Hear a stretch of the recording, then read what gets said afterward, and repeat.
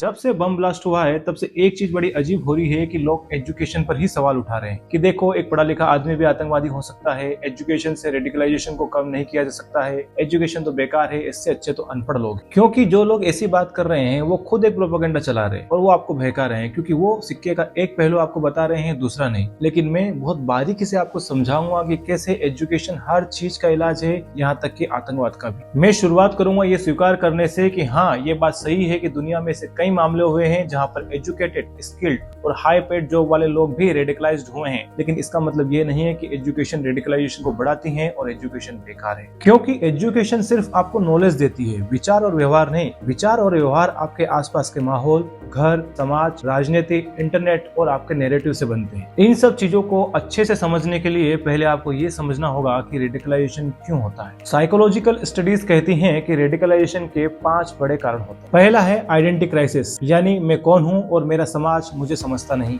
दूसरा है victimhood narrative, यानी मेरे साथ अन्याय हुआ है। तीसरा है ऑनलाइन प्रोपेगेंडा। चौथा है पर्सनल गिवेंस, यानी अपने रिश्तों में, परिवार में और करियर में असफल होना। और पांचवा है किसी संगठन या किसी ग्रुप के हेर फेर में आना। अब आप समझिए कि इन 5 कारणों में से किसी में भी ये नहीं लिखा है कि एजुकेशन रेडिकलाइजेशन को बढ़ाती है, क्योंकि ये 5 मनोवैज्ञानिक, भावनात्मक और सामाजिक कारण है, न कि एजुकेशनल। क्योंकि एजुकेशन दिमाग खोलती है, वही रेडिकलाइजेशन दिमाग को बंद करती। इसीलिए पढ़ा लिखा आतंकवादी एक रेयर कोड है, रूल नहीं है। जैसे वो ड्रम वाला केस जिसमें एक महिला ने अपने पति के टुकड़े कर कर उसे ड्रम में डाल दिया, जो कि एक रेयर केस था, क्योंकि पुरुषों ने इतिहास में इससे भी जघन्य अपराध किए हैं, लेकिन क्योंकि वो महिला ने कर दिया इसीलिए उसका हवा बना दिया गया। ऐसे ही जब किसी एजुकेटेड आतंकवादी की घटना चर्चा में आती है तो लोग कहते हैं कि एजुकेशन तो बेकार है, क्योंकि देखो एक पढ़ा लिखा आदमी भी आतंकवादी बन सकता है। लेकिन हजारों एजुकेटेड लोग इस देश को भी तो चला रहे हैं। कोई डॉक्टर है, कोई इंजीनियर है, कोई पुलिस है, कोई आर्मी है, कोई साइंटिस्ट है, जो इस देश की नींव रख रहे हैं। ये कोई नहीं देखता है। इस दुनिया में एजुकेटेड रेडिकलाइज्ड लोगों का परसेंटेज 0.001 से भी कम है,